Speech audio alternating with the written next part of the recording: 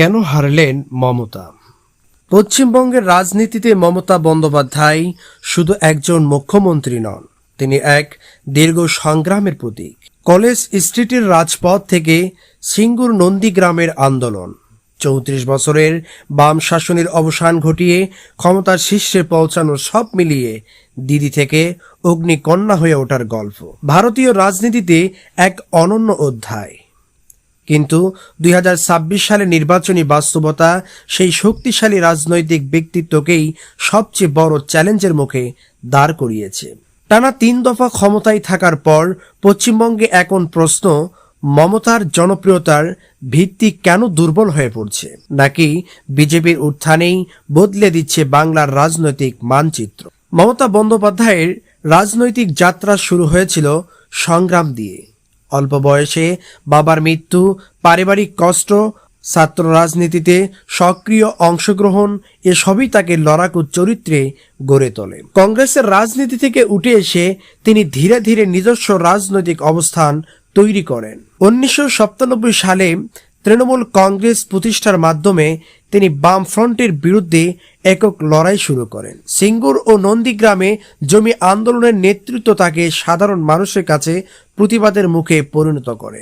সেই আন্দোলনের ধারাবাহিকতায় ২০১১ সালে তিনি পশ্চিমবঙ্গের ক্ষমতায় আসেন এবং বামফ্রন্টের ৩৪ বছরের শাসনের অবসান ঘটান। ক্ষমতায় এসে মমতা সরকার একাধিক জনমুখী প্রকল্প চালু করে, যার মধ্যে কন্যাশ্রী, লক্ষ্মীর ভাণ্ডার সহ সামাজিক নিরাপত্তা কর্মসূচি উল্লেখযোগ্য। বিশেষ করে নারী ভোট ব্যাংক ও গ্রামীণ জনসমর্থন ধরে রাখতে এসব উদ্যোগ গুরুত্বপূর্ণ ভূমিকা রাখে।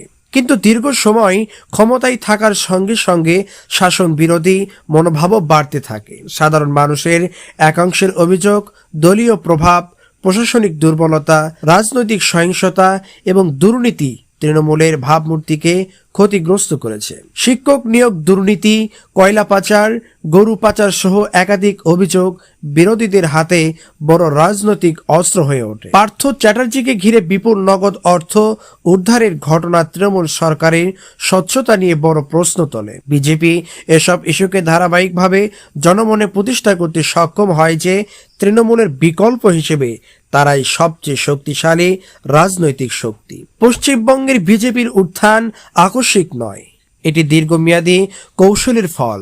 বুথ ভিত্তিক সংগঠন, কেন্দ্রীয় নেতৃত্বের সক্রিয়তা, আগ্রাসী প্রচারণা এবং সামাজিক যোগাযোগ মাধ্যমের কার্যকর ব্যবহার, সব মিলিয়ে বিজেপি ধীরে ধীরে রাজ্যে নিজেদের অবস্থান শক্তিশালী করে। নরেন্দ্র মোদীর জনপ্রিয়তা, ডাবল ইঞ্জিন সরকার, এর প্রতিশ্রুতি এবং উন্নয়নের বার্তা বিজেপিকে নতুন ভোটারদের কাছে গ্রহণযোগ্য করে তোলে। একই সঙ্গে ধর্মীয় ও পরিচয় ভিত্তিক রাজনীতিও বড় ভূমিকা রাখে। বিজেপি তৃণমূলের বিরুদ্ধে সংখ্যালঘু তোষণ এর অভিযোগ তুলে সংখ্যাগরিষ্ঠ ভোটকে একত্র করার চেষ্টা চালায়। এই মেরুকরণ রাজ্যের নির্বাচনী সমীকরণে নতুন মাত্রা যোগ করে। অন্যদিকে তৃণমূলের অভ্যন্তরীণ কোন্দল, প্রভাবশালী নেতাদের দলত্যাগ এবং সাংগঠনিক দুর্বলতা পরিস্থিতিকে আরো জটিল করে তোলে। তবে মমতা বন্দ্যোপাধ্যায়কে রাজনীতিতে কখনোই সহজে হার মানা নেতা হিসেবে দেখা হয়নি।